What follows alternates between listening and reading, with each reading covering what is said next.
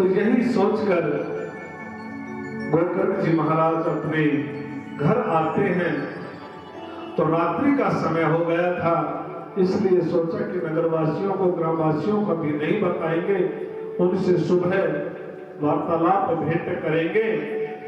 तो अपने ही घर पर चले गए गोकर्ण जी महाराज और एक कोने में गंगा जल का छिड़काव करके अपना आसन लगा दिया। अकब बैठकर गोविंद का भजन करूंगा। और जब गोकर्ण जी महाराज भजन करने के लिए बैठे तभी वहां पर प्रेत योनि में धुंधकारी उन्हें सताने लगा। कभी भैंसे का रूप ले ले, कभी बंदर का रूप ले ले, कभी ततैयों का रूप ले ले, अनेक रूप धर धर के जब गोकर्ण जी महाराज को सताने लगा तो गोकर्ण जी महाराज ने सोचा कि हो ना हो ये किसी प्रेत का छल है। सो अपने कमंडल से जल निकाला, अभिमंत्रित किया और उसके ऊपर जैसे ही छींटा लगाया, बोले पहले तो आप हमारे सामने आकर बैठो कि आप कौन हो, अपना परिचय दो और हमें क्यों परेशान करते हुए बताओ। तो धुंधकारी कहने लगा कि हे बड़े भ्राता, मैं आपका छोटा भाई धुंधकारी हूं। तो गोकर्ण जी महाराज को अचंभा हुआ कि आप धुंधकारी कैसे हो सकते हो, क्योंकि आपके नाम का मैं पिंडदान गया जी में करके आया हूं, आपकी तो मुक्ति हो जानी थी। तो धुंधकारी रोने लगा, बोले हे भैया, मेरे इतने बड़े जो आचार हैं, कुकर्म है कि गया जी में एक बार क्या 100 बार भी मेरे नाम का पिंडदान करोगे तो भी मेरी मुक्ति नहीं हो सकती। क्योंकि माताओं, जो अपने माता पिता को दुखी करता है, जो अपने माता पिता का हत्यारा है, जो अपने गुरु का द्रोही है और जो अपने कुल का द्रोही है, उसे भगवान भी मुक्ति नहीं प्रदान कर सकते। सबसे बड़े अभिशाप है हमारे जीवन में। इसलिए अपने गुरुओं की, अपने माता पिता की सदा सेवा करने के लिए शास्त्र कहते हैं। और जब इस प्रकार से धुंधकारी ने बताया अपने भाई को कि मेरी मुक्ति नहीं हुई है और आज भी मैं प्रेत योनि में ही भटक रहा हूं, तो उन्होंने कहा कि ठीक है, आप अभी तो विश्राम करो और मुझे भी विश्राम करने दो। सुबह ग्रामवासियों के साथ बात करके हम आपकी मुक्ति का उपाय करेंगे। और जैसे ही प्रभात काल हुआ और ग्रामवासियों को पता चला कि सत्य श्री गोकर्ण जी महाराज आज अपने गांव में पधारे हैं, तो सभी गांववासियों का जमावड़ा लग गया और गांव के बीच में वट वृक्ष था बहुत भारी, वहां पर गोकर्ण जी महाराज बैठे हैं, सभी ग्रामवासी वहां पर बैठे हैं और कहने लगे गोकर्ण जी महाराज,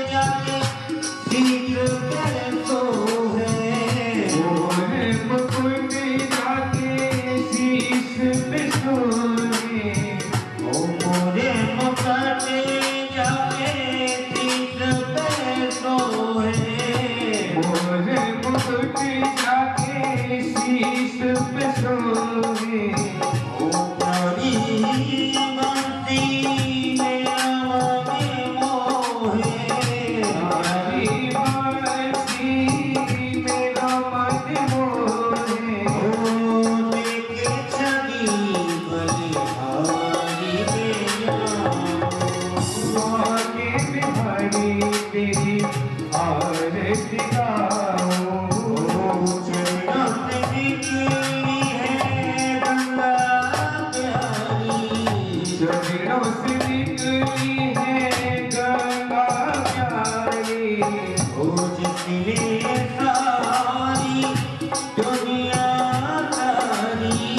जिसने सारी दुनिया तारी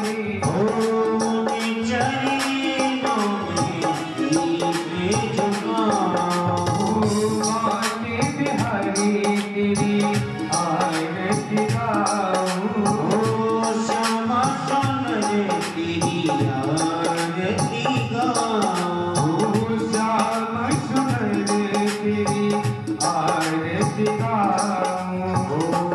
अपना जाने शरण में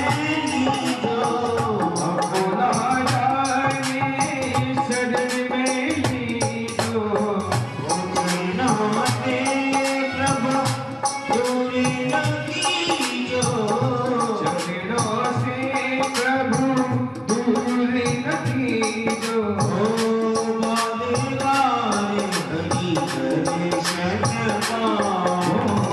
बाकी बिहारी तेरी आरती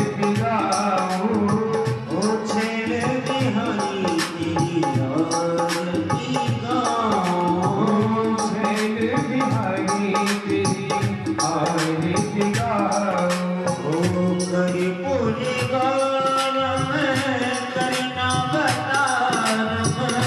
संसार सारग बुझ गिरहार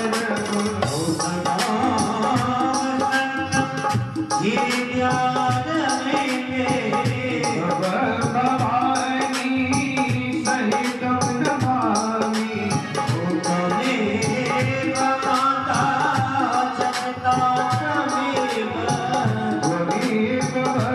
बन्धु जसिका त्वमेव त्वमेव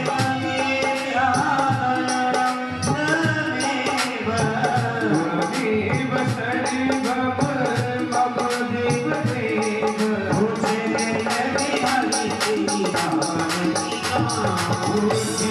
बिहारी तेरी आरती गाऊं बोल के बजैया तेरी आरती गाऊं श्याम सुंदर तेरी आरती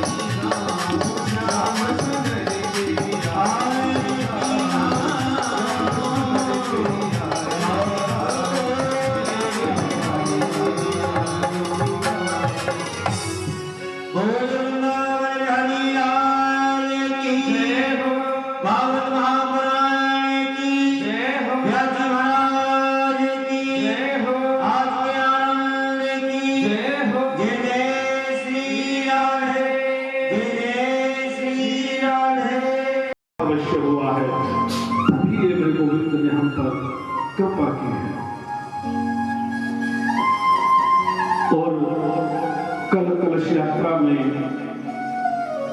काफी लंबा समय हमारा व्यतीत हुआ, इसलिए व्यवस्थित ढंग से हम कल कथा को नहीं कर पाए। मात्र सूक्ष्म रूप से ही हमने किया, परंतु आज भी मैं देख रहा हूं कि माताएं अभी तक नहीं पहुंची हैं। देखो, कलश उठाने का अर्थ ये नहीं है केवल गांव की परिक्रमा की, कलश लेके आके रख दिया और फिर कोई जिम्मेदारी नहीं। आपको नित्य ही अपने कलश के दर्शन करने चाहिए और कथा में समय से पहुंचना चाहिए। यदि आप कथा नहीं सुनते तो कलश का कोई महत्व नहीं रह जाता। इसलिए माताओं, उन माताओं को अवश्य ही बताना कि जिन्होंने कलश उठाए हैं वो कथा में जरूर पहुंचे। क्योंकि कहते हैं कि एक देव मंदिर का निर्माण करने से 21 पीढ़ियां तर जाती हैं। यदि कोई किसी भी देवता का मंदिर का निर्माण करता है तो अपनी 11 पीढ़ियां पिछली और 10 पीढ़ियां अगली 21 पीढ़ियों को उतार देता है वो। परंतु यदि उसी मंदिर में वो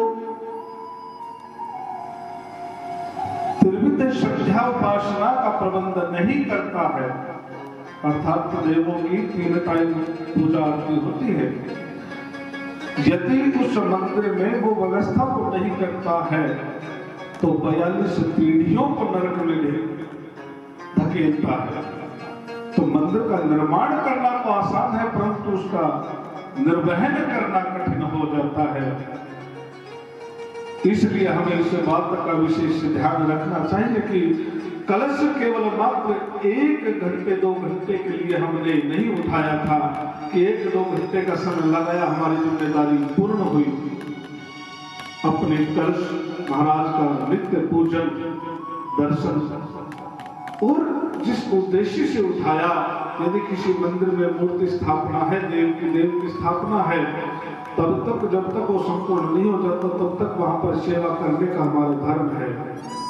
चाहे 5 दिवस का अनुष्ठान है, कहीं 7 दिवस का अनुष्ठान है, कहीं 9 दिवस का अनुष्ठान होता है, तो उसमें शारीरिक मानसिक आर्थिक सेवा करना हमारा धर्म बनता है। और यदि हम अपने धर्म का पालन नहीं करते तो जिस धर्म की कामना, जिस पुण्य की कामना से हमने ये पूजन शुरू किया था वो पुण्य हमें नहीं मिलता। तो हमें अपने कर्तव्यों को समझना चाहिए। कोई भी कार्य शुरुआत करें तो उसे संपूर्णता की ओर ले जाना भी हमारा धर्म है। बोले बांके बिहारी लाल की। तो इस प्रकार से जब हमने कल कथा का शुभारंभ किया था तो हमने श्री गोकर्ण जी महाराज की कथा कही ताकि महत्व कुछ समझ में आए कि श्रीमद् भागवत कथा क्यों कही जाती है, क्यों सुनी जाती है और क्यों ये अनुष्ठान करवाए जाते हैं। तो जो भी सज्जन इस महाकथा करने लग जाएंगे तो अपने आप ही जीवन सफल हो जाएगा। तो यही भाव हमारे मन में होना चाहिए। एक बार क्या होता है कि देवर्षि नारद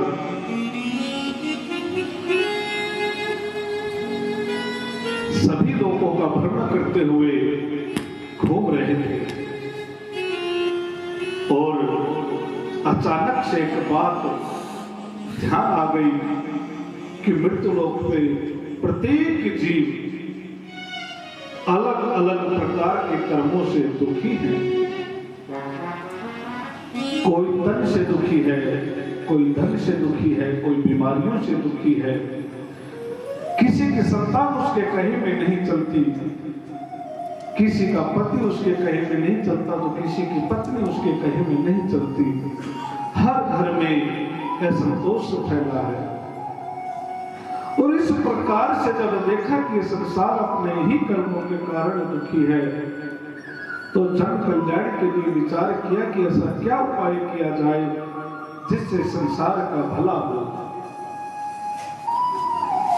तो माताओं आपको बता दूं, जिस घर में राड नहीं होती हो ना, कलह ना होता हो, वहां यदि देवर्षि नारद आ जाए तो कलेश हो जाता है। ये खासियत है देवर्षि नारद। और जिस घर से कलेश नहीं जाता हो, यदि वहां भी देवर्षि नारद आ जाए तो हमेशा के लिए कलेश खत्म हो जाता है। ये कृपा है। और आपको एक बात और बताऊं, देवर्षि नारद ने जिसको भी गुरु दीक्षा दी, शायद आपको पता इस बात का, किस किस बातों को पता है, देवर्षि नारद ने जिसको भी गुरु दीक्षा दी है ऐसा उसका कोई शिष्य नहीं जिसे परमात्मा नहीं मिला। साक्षात्कार उसने दर्शन दिया।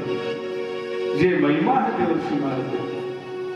माता पार्वती के गुरु भी देवर्षि नारद है और ध्रुव भगत के भी गुरु देवर्षि नारद है और प्रहलाद भगत के भी गुरु देवर्षि नारद है।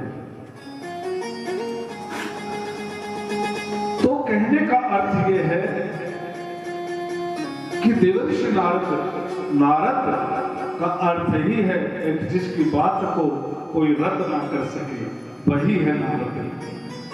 देवर्षि नारद की बात को श्री हरि नारायण भी रद्द नहीं करते।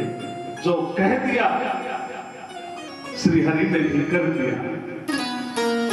तो एक दिन विचार आया कि जन कल्याण के लिए क्या किया जाए।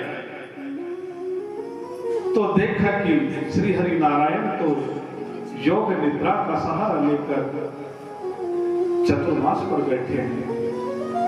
ब्रह्मदेव को देखा तो वो सृष्टि निर्माण में व्यस्त थे और जब कैलाश पर नजर दौड़ाई तो भोले बाबा समाधि में बैठे थे और माता पार्वती ग्रह कार्यों में शिव भगवान का शिवलिंग रूप का पूजन कर रहे थे। तो सोचा कि आज तो कैलाश पर पहुंचा जाएगा और कैलाश पर पहुंच गए। भोले बाबा को प्रणाम किया, वहां से निकलकर सीधे माता जी के पास पहुंचे और माता जी को भी प्रणाम किया। देवर्षि नारद को आया देखकर माता जी ने आसन लगाया।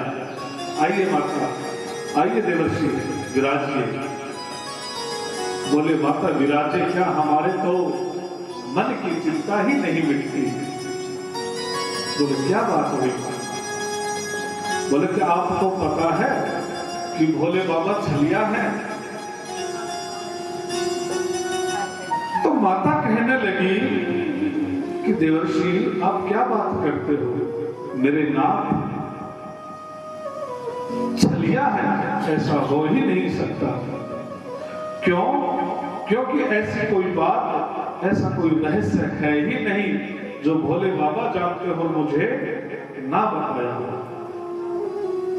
बोले मैं तो अपने नाथ का गुरु मंत्र भी जानती हूं और गुरु मंत्र की महिमा तो ये है माताओं, गुरुवर ने जो कान में मंत्र दे दिया वो मंत्र किसी को बताया नहीं जाता, क्योंकि यदि हमने किसी को वो मंत्र बता दिया तो उस मंत्र की महिमा खत्म हो जाती है। तो माता कहने लगी कि मेरे नाथ ने तो मेरे को वो मंत्र भी बता रखा है और आप कहते हो कि भोले बाबा छलिया है। तो देवर्षि नारद कहने लगे माता यदि आपको हमारी बात पर यकीन नहीं है तो आप मेरे को एक बात बताओ, जो बाबा ने गले में मुंडों की माला डाल रखी है वो किसकी है?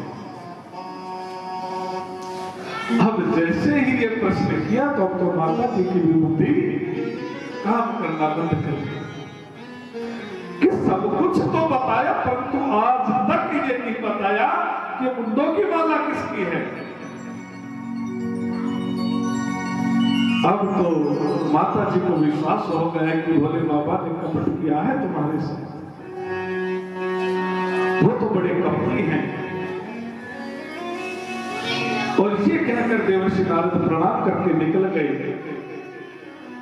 कि अब शुरू होगा महासंग्राम, अब लड़ाई देखेंगे, क्योंकि आनंद लेते हम।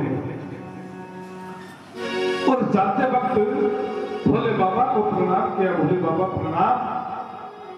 बोले देवर्षि प्रणाम। बोले माता जी को कुछ लगा कि गुस्सा ज्यादा आ रहा, जरा एक बार संभाल लेना माता जी को।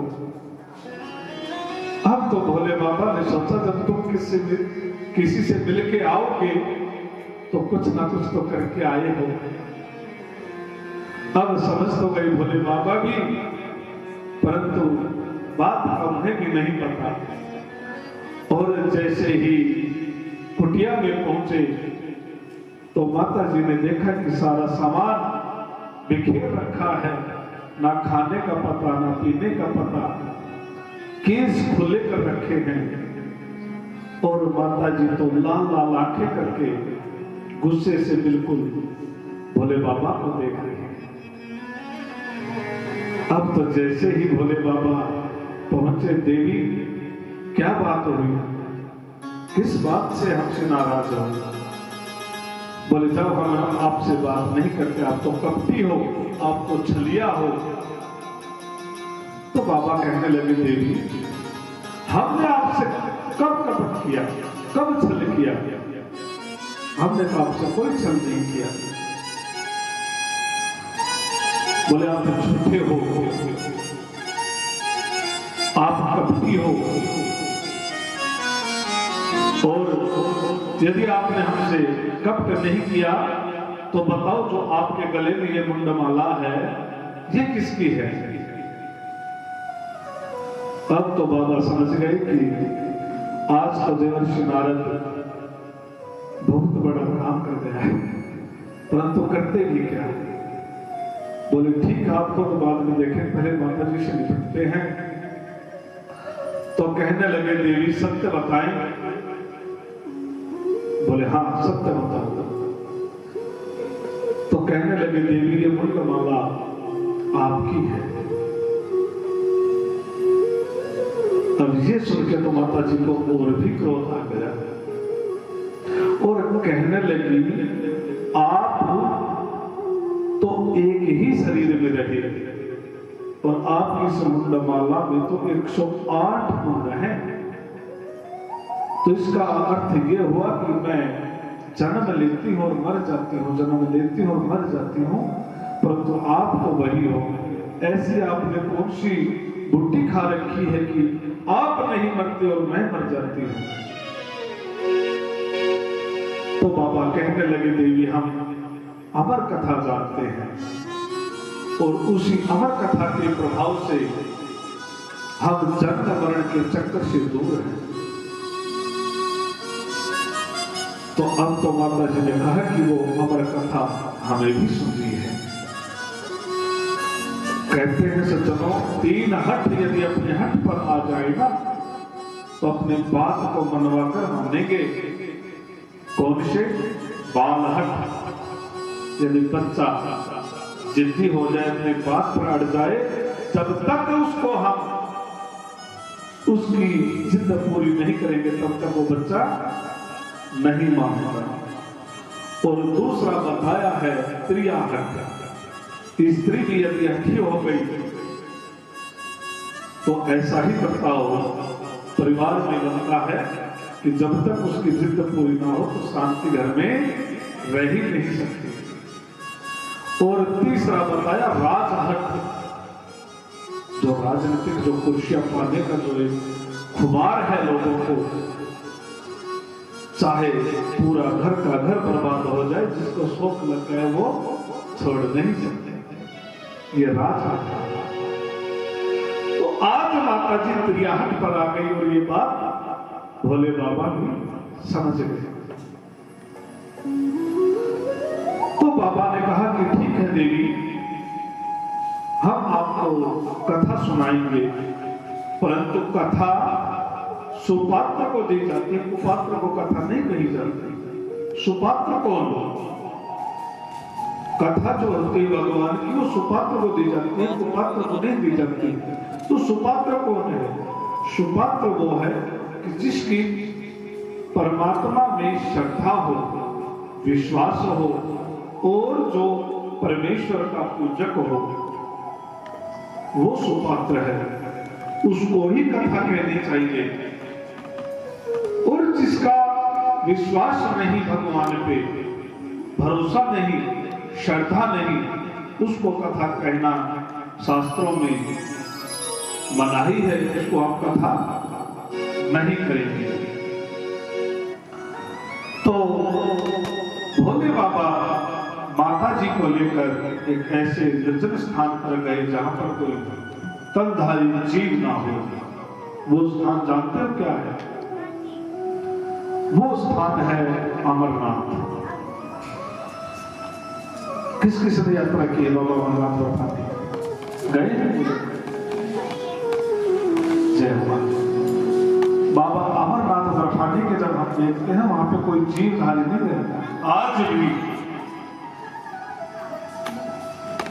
और वहां पर जाकर एक छोटी सी गुफा थी जिसमें आज अमरनाथ शिवलिंग के रूप में पूजे जाते हैं बाबा। वहां पर जाकर भोले बाबा ने अपने डमरू की एक फटकार लगाई और दूर दूर तक कोई चराचर जगत का कोई जीव वहां पर नहीं बच सकता। और वहां पर कथा करने के लिए बाबा ने ध्यान निद्रा में सुखासन पर बैठे और माता को अपने सामने बैठा लिया, क्योंकि कथा का महत्व तभी बनता है जब श्रोता के सामने वक्ता और वक्ता के सामने श्रोता हो। उसी कथा का महत्व है। यदि वक्ता के पीठ के पीछे बैठकर कथा सुनी गई तो वो कथा पुण्य नहीं पाप प्रदान करती है।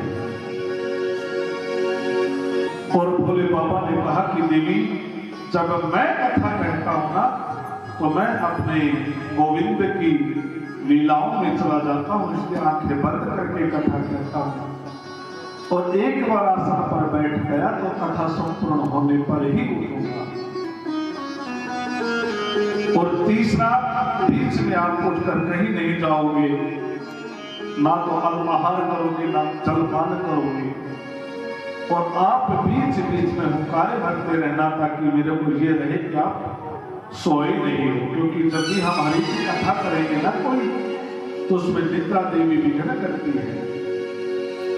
तो इसलिए सोना मत कथा में और हुंकारे देते रहना ताकि मेरे को ये रहे कि आप जग रही और कथा सुन रही हो। भोले बाबा ने नियम बता दिए माता जी को। और एक पहले अपने गोविंद का भजन किया और फिर कथा को कहने लगे भोले बाबा। तो भगवान का भजन लिया, पहले सभी भजन करेंगे। भोले बाबा के बिहार लाल की जय। अरे भामासन परे महा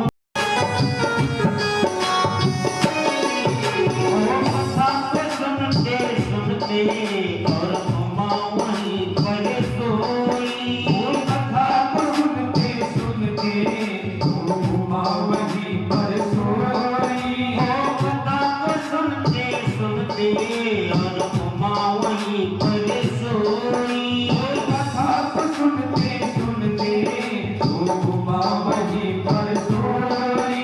कथा सुनी तो कान और देख हो कला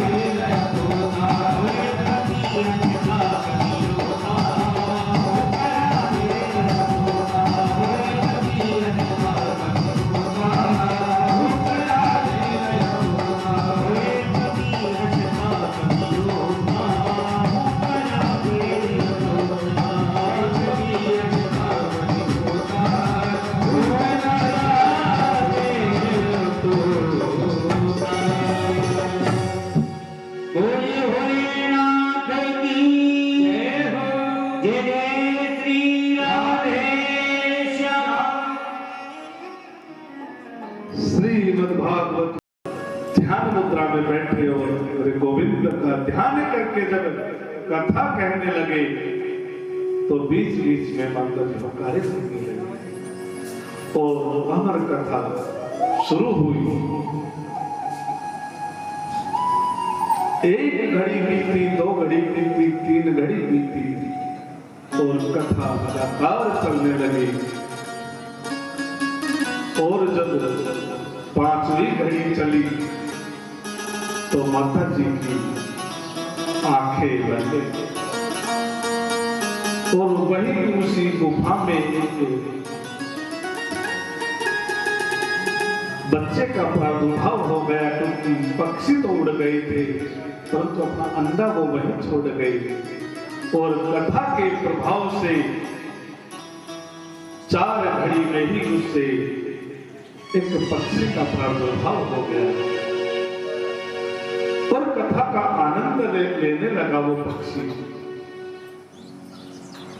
और जब देखा कि माता जी सो गई है और कहीं हुंकारे ना भरे और भोले बाबा कथा को बीच में ही विराम दे दें, तो माता जी की जगह वो पक्षी खुद हुंकारे भरने लग गए और भोले बाबा ने वो कथा निरंतर रखी। और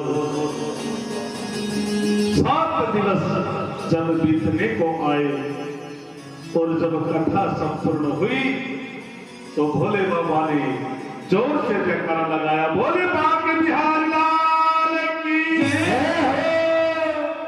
और जब ये जयकारा लगा तो अचानक से माता की आंखें खुल गई और कहने लगी कि कन्हैया के जन्म उत्सव के समय था तब माता की आंखें लग गई थी। तो कहने लगे जब भोले बाबा भी वहां पहुंचे थे तो आपने कन्हैया को कैसे देखा? भोले बाबा ने सोचा कि ये तो अभी जन्म पर ही है और हमने तो संपूर्ण कथा कर दी। तो कहने लगे देवी हमने तो कथा संपूर्ण कर दी। तो माता कहने लगी, नाथ मुझे क्षमा करना,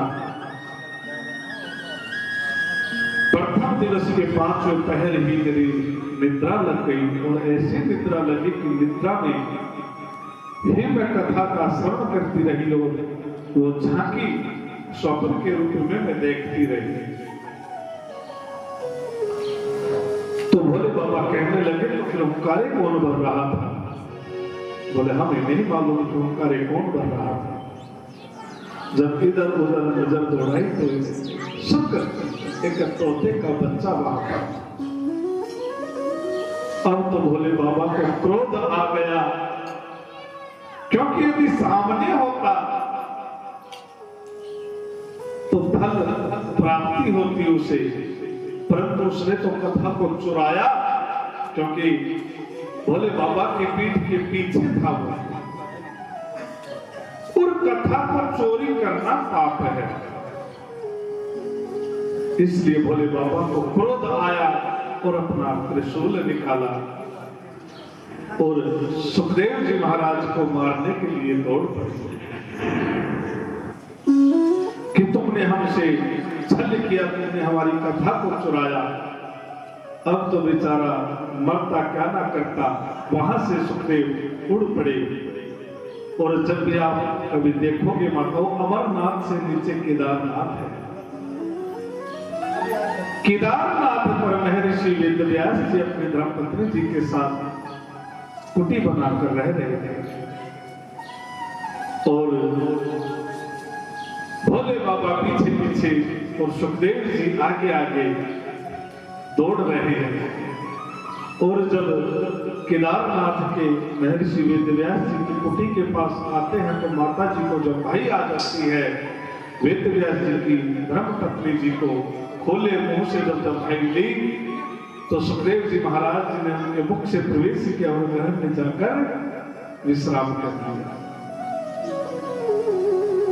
अब भोले बाबा आवाज लगाने लग रहे, शुक्र बाहर आ, मैं तुझे मारूंगा। बोले हम नहीं आते, जो करना है सो कर लो, हम बाहर नहीं आएंगे। अब भोले बाबा बुलावे और सुखदेव जी बाहर न आवे। जब देखा कि काफी समय बीत गया, क्योंकि माता जी को मार नहीं सकते, निर्दोष को मारना पाप है, और सुखदेव जी जब तक बाहर ना आवे तो मारे कैसे? और वेदव्यास जी ने शंकर भगवान के चरण पकड़ दिए कि हे नाथों के नाथ, आप तो दयालु हैं, आप तो सभी जीवधारियों के परम पिता हैं, तो इसे भी अपना प्रधान शिशु समझकर क्षमा कर दे। तो इस प्रकार से जब विनती महर्षि वेदव्यास जी ने की तो शंकर भगवान ने कहा कि ठीक है, हम इन्हें नहीं मारेंगे, परंतु बाहर आ जा। परंतु सुखदेव जी महाराज कहाँ मानने वाले थे? बोले हम बाहर आए और आपने मारा, हम भरोसा नहीं करते। जब बात नहीं मानी तो ऐसे करते करते 12 वर्ष बीत गए। 12 वर्ष तक गर्भ में रहे श्री सुखदेव जी महाराज। अब तो माता जी को भी तकलीफ होने लगी, तो अपने श्री हरि नारायण को, भगवान शंकर को, ब्रह्मदेव का आह्वान किया कि किसी प्रकार से मेरा कल्याण करो, इस बच्चे का प्रादुर्भाव करवाओ। कब तक इसको गर्भ में रखें? इतने दिवस की भी गर्भ वेदना होती है क्या किसी की? और जैसे ही श्री हरि नारायण आए और कहने लगे बेटा सुखदेव बाहर आ जाओ, तो बोले हे प्रभु हम बाहर नहीं आएंगे, क्योंकि जैसे ही मृत्युलोक पर हम आए तो आपकी माया मुझे जकड़ देगी और हमें इस माया के चक्कर में नहीं पड़ना। तो महर्षि वेदव्यास समझाने लगे बेटा ये माया नहीं जकड़ेगी। बोले पिताजी आपकी बात नहीं मानेंगे। यदि श्री हरि विष्णु कहें, श्री हरि नारायण कहें कि मेरी माया तुम्हें मोहित नहीं करेगी तो हम आ जाएंगे। अब तो क्या करते? श्री हरि नारायण कहने लगे बेटा हम तुम्हें वचन देते हैं, तुम्हें आशीर्वाद देते हैं कि तुम्हें हमारी माया ग्रसित नहीं करेगी, परंतु तुम गर्भ से बाहर आ जाओ। बोले हे प्रभु हम बाहर तो आ जाएं, बाहर आते ही भोले बाबा त्रिशूल उठा लेंगे और फिर हमें मारेंगे। तो भोले बाबा कहने लगे पुत्र हम तुम्हें नहीं मारेंगे, और हम तो क्या तुम्हें संसार में कोई मार ही नहीं सकेगा, तुम अजय हो, परंतु पुत्र बाहर आ जाओ। पता है श्री सुखदेव जी महाराज इस धरा पर प्रादुर्भाव होने से पूर्व कहाँ थे? गोलोक धाम में राधा रानी की गोद में खेला करते थे श्री सुखदेव जी महाराज।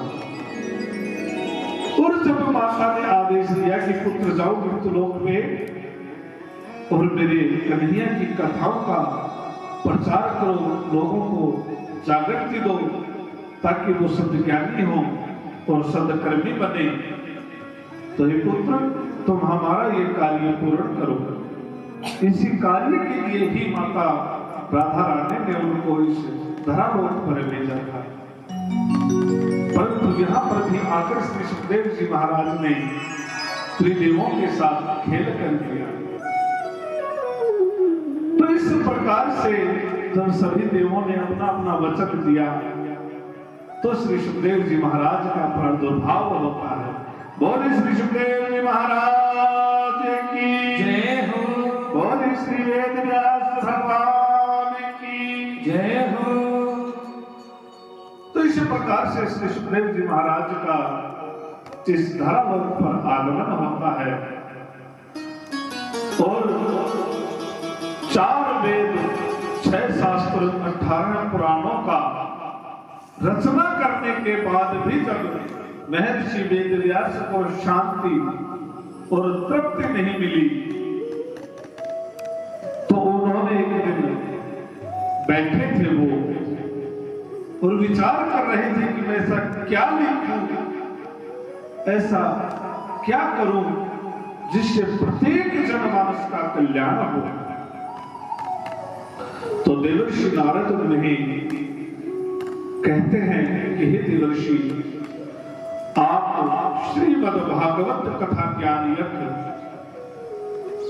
जो है आप श्री भागवत महापुराण लिखो, क्योंकि एक ऐसा पुराण होगा जिसमें प्रभु के सभी चरित्रों का वर्णन होगा, प्रत्येक जनमानस का कल्याण होगा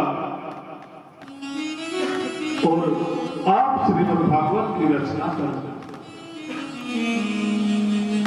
तो बोले हम तो श्रीमद् भागवत को नहीं जानते। बोले हम भागवत आपको हम देंगे जो मेरे पूज्य पिता श्री श्री ब्रह्मदेव ने मुझे दी थी, और श्री ब्रह्मदेव को श्री हरि नारायण ने दी थी, जो एक श्लोक की भागवत, केवल भागवत का एक श्लोक था वो दिया था। और वही फिर देवर्षि नारद ने वेद व्यास को दिया, और महर्षि वेद व्यास ने उस एक श्लोक से 18,000 श्लोकों का एक महाग्रंथ की रचना की, और इस कलयुग में जिसे श्रीमद् भागवत महापुराण कहा। अब भागवत महापुराण की रचना तो हो गई, परंतु देव इसको अब समस्या हो गई है कि प्रदान किसको करें, क्योंकि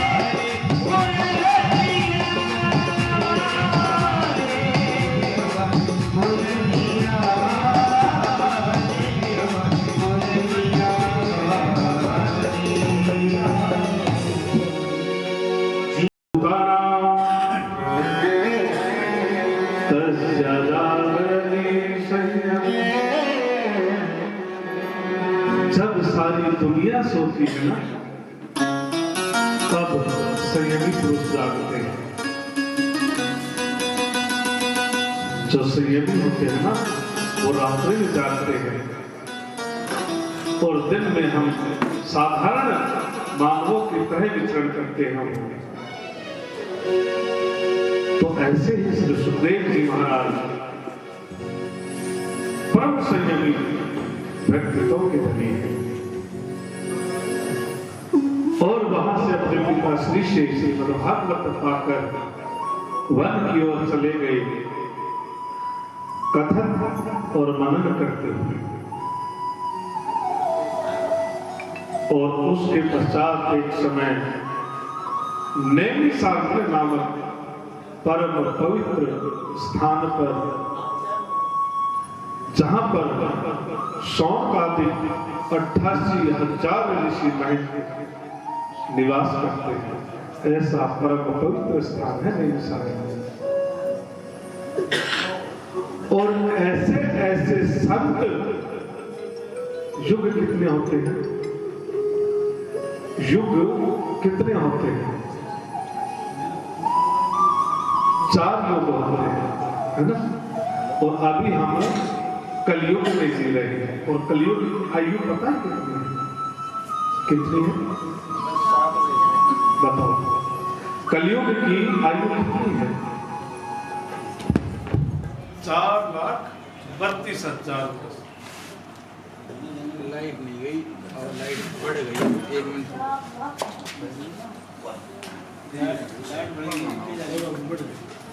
लाइट बढ़ गई कोई, बढ़ गई कोई।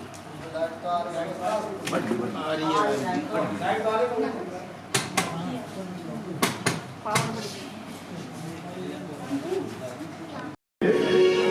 सतयुग और फिर त्रेता युग और उसके बाद द्वापर युग और उसके बाद कलयुग। ये 4 युग हैं और जब चारों युगों की आयु को नापा जाए तो चतुर्युगी कहा जाता है। और इस नैमिषारण्य में तो ऐसे ऐसे संत हैं जिनके सामने कई चतुर्युगियां बीत गई हैं। इतनी बड़ी बड़ी उम्र है उनकी, कई चतुर्युगियां बीत गई। अब कलयुग से दुगना द्वापर, द्वापर से दुगना त्रेता और त्रेता से दुगना सतयुग, इस प्रकार से हो रहे हैं। तो कहने का मतलब इतने चतुर्युगे बीते, इतने बड़े संत महात्मा निवास करते हैं। आज भी नैमिषारण्य सोनक आदमी 18,000 और एक समय बाल रूप ही था, 12 वर्ष की आयु थी श्री सूत जी महाराज की। उनके मध्य में पधारते हैं तो बड़े बड़े संत जिनकी हजारों लाखों वर्षों में आयु है, खड़े होकर श्री सूत जी महाराज को प्रणाम करते हैं। आइए महाराज, विराजिए महाराज। अब देखने वाले, सोचने वाले सोचे कि इतनी बड़ी बड़ी उम्र के महात्मा और एक बाल रूप में आए श्री सूत जी महाराज को प्रणाम करते हुए उल्टी गंगा कैसे बहेगी, है ना। आज तो बड़ों को भी नमस्कार करना हम भूल गए, प्रणाम करना भूल गए। करता कोई छोटा बड़ों को नहीं करता ना, शर्म लगती है उसे। परंतु शास्त्र कहता है कि अभिवादन शीलस्य नित्यं बद्धोपसेविना चत्वारि तस्या वर्धन्ते आयु विद्या यशो बलम्। जो अपने माता पिता, अपने गुरु, अपने से बड़ों को प्रणाम करता है झुककर, तो नित्य ही उसकी 4 चीजों में वृद्धि होती है। एक तो उसकी उम्र बढ़ती है, उम्र लंबी होती है, दीर्घायु होता है। आयु और विद्या, और विद्या ज्ञान सद्गुणी बनता है। आयु और विद्या यशो बलम, और यश बढ़ता है जब और उसका यशगान होता है। और बलम ताकत, उसकी ताकत बढ़ती है। तो अपने से बड़ों को प्रणाम करने से 4 चीजों में वृद्धि होती है। और दूसरे शब्दों में कहूं तो नमन्ति फलीनो वृक्षः नमन्ति गुणो जनः शुष्काष्ठानि मूर्खाश्च न नमन्ति कदाचन। अर्थात नमन्ति फलीनो वृक्षः, जो पेड़ होता देखा ना, हरा भरा जो पेड़ होगा, फलदार जो पेड़ होगा, उसकी टहनियां झुकी हुई मिलेगी। मिलती है कि नहीं? मिलती है ना। फलदार और छायादार पेड़ की टहनियां झुकी हुई मिलेगी। और वैसे ही जिस इंसान में सद्गुण होंगे वो सदैव आपको नर्म व्यवहार करने वाला मिलेगा, आगे से प्रणाम करना, आगे से झुकने वाला मिलेगा। अभी कुछ दिवस की बात है, तो हम किसी को प्रणाम कर रहे थे तो वो कहने लगे कि आप हमें प्रणाम नहीं किया करें, क्योंकि प्रणाम स्वीकार करना हर किसी का दायित्व है। तो ये तक अपनी अपनी पहचान है कि हम अपने आप को क्या समझते हैं। कोई अपने आप को बहुत बड़ा समझता है और कोई केवल अपने को गोविंद का सेवक मात्र समझता है। तो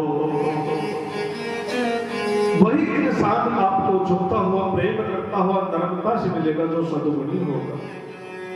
क्यों? क्योंकि शुष्क काष्ठानी से मूर्खाश्च, जैसे एक सूखा हुआ पेड़ देखा है कभी, वो बिल्कुल तना हुआ अकड़ा मिलेगा।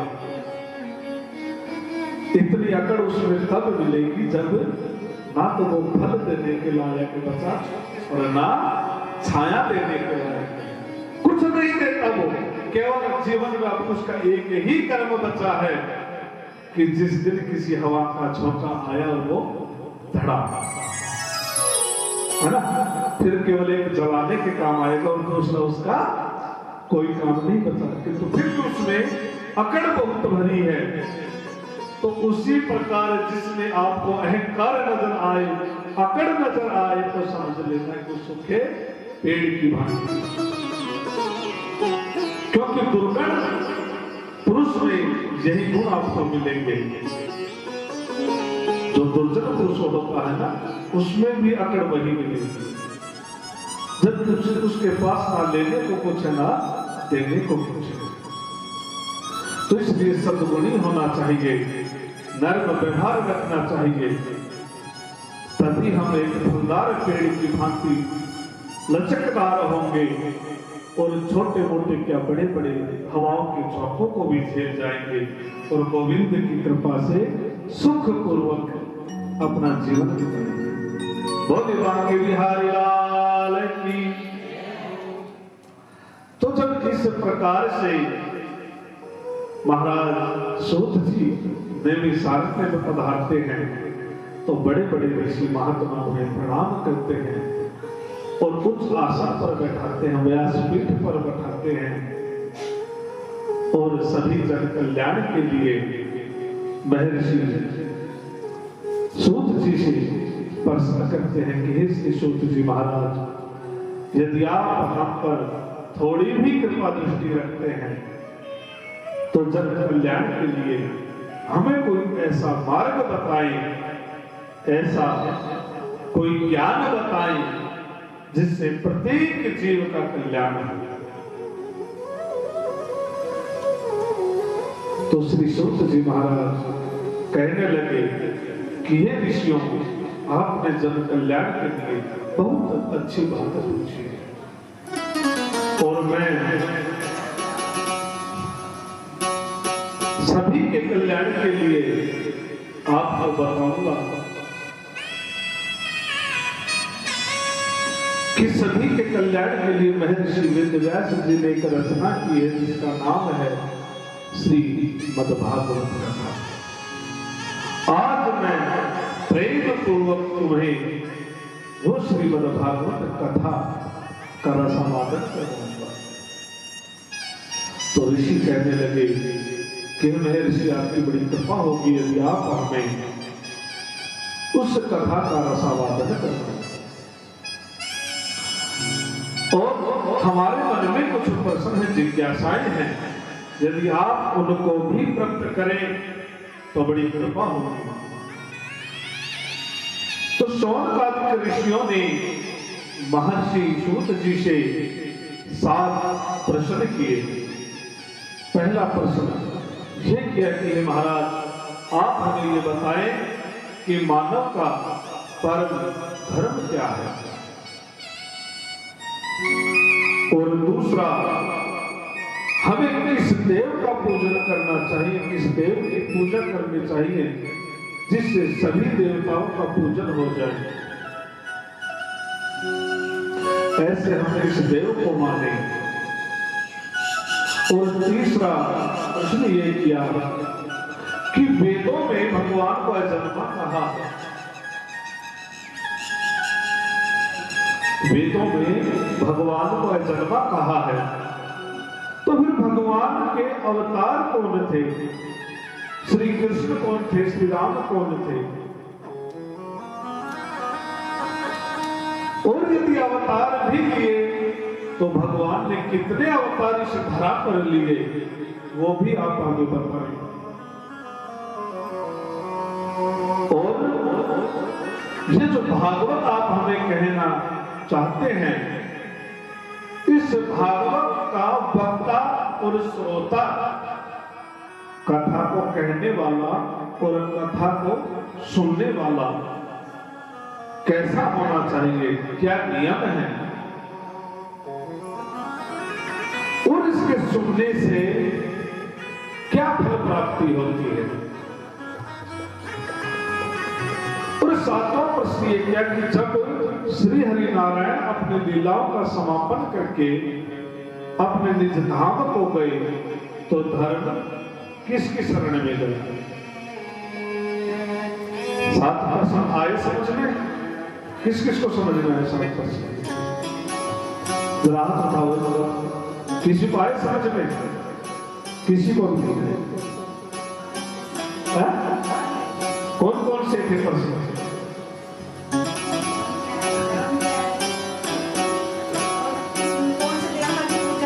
बोले बांके बिहारी लाल की। हमारे नवीन सोनी जी हैं यहाँ पे? कहाँ हैं? हमारे नवीन सोनी जी है ना, ऐसे ही धर्मपरायण सोनी जी थे। अगर छोटी सी कथा बीच में आपकी याद आ गई, वो बताता हूँ पहले। तो उन्होंने पीतल की 2 मूर्तियां बनाई, एक रूप की, और बड़ी सुंदर मूर्तियां बनाई, और दोनों मूर्तियां लाकर गांव लुधियाने के बाजार के बीच में रखी दिया।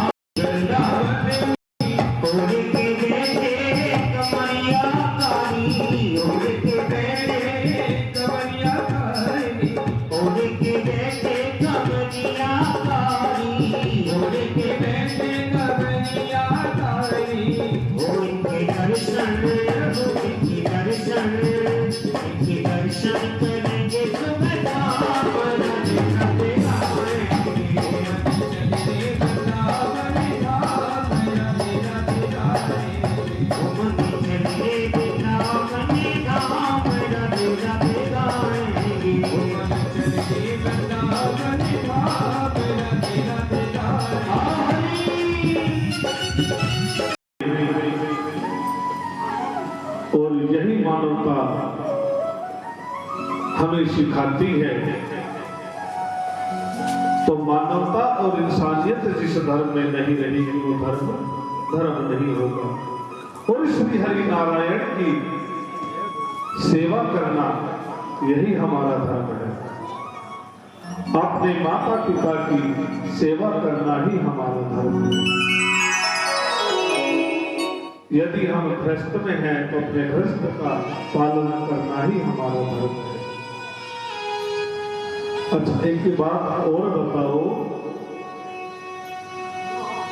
स्त्री को ही धर्म पत्नी कहा गया है, कहते हैं कि नहीं? धर्म पत्नी कहते हैं, पति को धर्म पत्नी क्यों नहीं कहते? बताओ, पत्नी को तो धर्म पत्नी का दर्जा दिया गया है। धर्म पत्नी, पत्नी से पहले धर्म को जोड़ो। जोड़ा कि नहीं जोड़ा? परंतु पति को कोई धर्मपति कहता है? क्यों क्यों नहीं कहता? पता है क्यों? प्रमाण आपके सामने है। देखो इस कथा के पंडाल को देखो आप। माताएं कितनी हैं और पुरुष कितने हैं?